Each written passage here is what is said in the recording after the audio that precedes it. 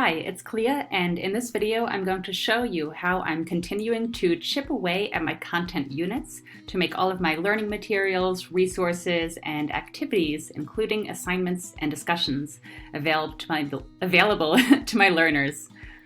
So we're going to head over to the content area.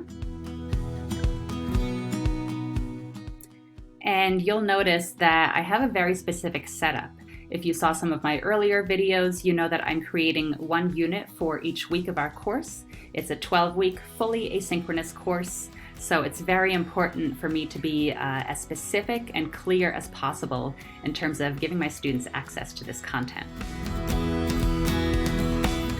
So we have the syllabus already, and you'll notice that students do need to navigate right now to that item.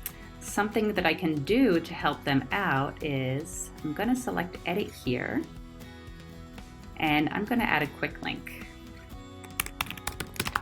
Just because I think that maybe in the early stages they might not be used to using that left-hand course navigation menu to navigate. I am going to share a course tour video and try to emphasize this time and time again to make sure that they don't miss out on any important content. What I'm going to do here is take advantage of the quick link feature. So a little lightning bolt and a link allows me to pull links to other content or activities in my site. So I'm going to select content because I do want my students to go to the syllabus. And specifically, I just want to provide them with a direct link to that item that I've added. So I could choose to open this in a new window or force refresh on the same tab. This is very technical, but I do work in technology, so that's why I'm going a little above and beyond here. So you'll notice that syllabus, they now can click on that link, and it's going to take them to the exact same place as they would land by clicking on this option here on the left. I'm choosing to embed a Google Doc, and this is still in draft mode. Beyond that, I'm working on my Getting Started module. And you can see, because I'm wearing the same outfit, I recorded this video earlier today. I actually used the quick note feature to do that. So in my unit, I just went to the ellipses and selected edit. And then to add that video note, it was as easy as just putting my cursor in the top left of the text editor window, and then using this middle button here, insert stuff, add video note. And if I wanted to reuse video notes that I've made elsewhere in Brightspace, well, I can do that. So you'll see I've made some video notes. These relate to other courses. So anything that I'm doing for this course, Writing for Digital Spaces, I'm starting to add a prefix here, WDS, to mentally remind myself, yep, this is for your real course, Clea. So here I'm just kind of providing a high-level description of what students can expect to find in this module. I'm giving them some tech tips. And then what I did was I selected Create New, and I used the web link option. So I'm going to cancel out of that. But that allowed me to not only add a link to this, but I had the option to display it on the page. So I went with that route.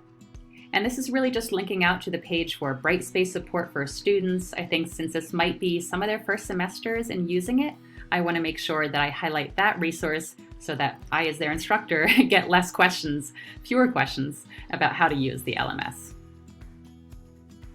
I do have ideas for other content that I want to add here, but this is a good starting point for now. And then my preferred approach really has been to release new modules, so new units, Monday mornings, because I really want to keep my students together. I want to help them progress through the course at the same pace. So even though, yes, they do have the syllabus available to them at the start of the semester and they can see what our plan is, I know that I will be, as was the case last time, making edits to my modules the night before I release them. So right now I'm only working on making Module 1 available, and I'm just making sure that all of this is truly visible to my learners. I'm still thinking about whether I'm happy with this organization or whether I want to do it differently. So I might change course here. But right now I've just kind of copied pasted from my previous course site where I used a mix of NYU classes and a Google site. So here's kind of everything that the students need to do for the week. I'll probably redo our lecture videos. And I've added some nice graphics as well. And then what I've created here was I went to Create New, and I used the lesson feature because this kind of allows me to have buckets of stuff within a module.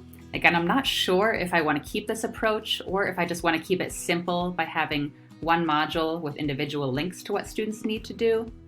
But for now, I do like the idea of having a place where I'm going to share a weekly lecture video. Sometimes I do audio recordings. Sometimes I do a written lecture. I like to provide multiple means, and also experiment. Then you'll notice I've created a lesson for required and optional readings for week 1. I'll probably replace the word meow with some instructional language. And then I've added links by incorporating Google Drive to some course readings. So this is really nice. The students can read it directly in Brightspace, or they can also expand to pop it out into a new tab. And this is coming from my Google Drive account. So in a previous video, I showed you how I added those links. The last item here has a hyperlink, and that's just because this is an external website link. It's a blog that I found on the MailChimp website, and so this one is going to open up in a new browser tab. There's different ways that students can experience that content. Probably what I want to do is go back and add a few tips, so things that students should be looking out for in the readings. I also created an outline for how they can better approach readings in general using the Cornell note-taking method. And the last time I taught this course, one student took the time out to email me and say that this was really helpful, so I think I want to incorporate it again. So that's a good place for me to do this in kind of the overall description for this piece of content. Last but not least, I've added a lesson for learning activities and assignments. So after creating this, I went to Add Existing, and I selected a discussion that I created, started to outline through the Discussions tool, and an assignment draft. So I'm just going to go ahead and make this visible for now, even though I know I still need to do a lot of work. For example, if I go to my discussion, you can see that I don't really have anything here. It's just a placeholder to flesh out. So that's my current approach to finalizing modules. I'll make a separate video in which I go through the student preview so that I can make sure things are ready to go to welcome my students when the course opens. Thanks for watching.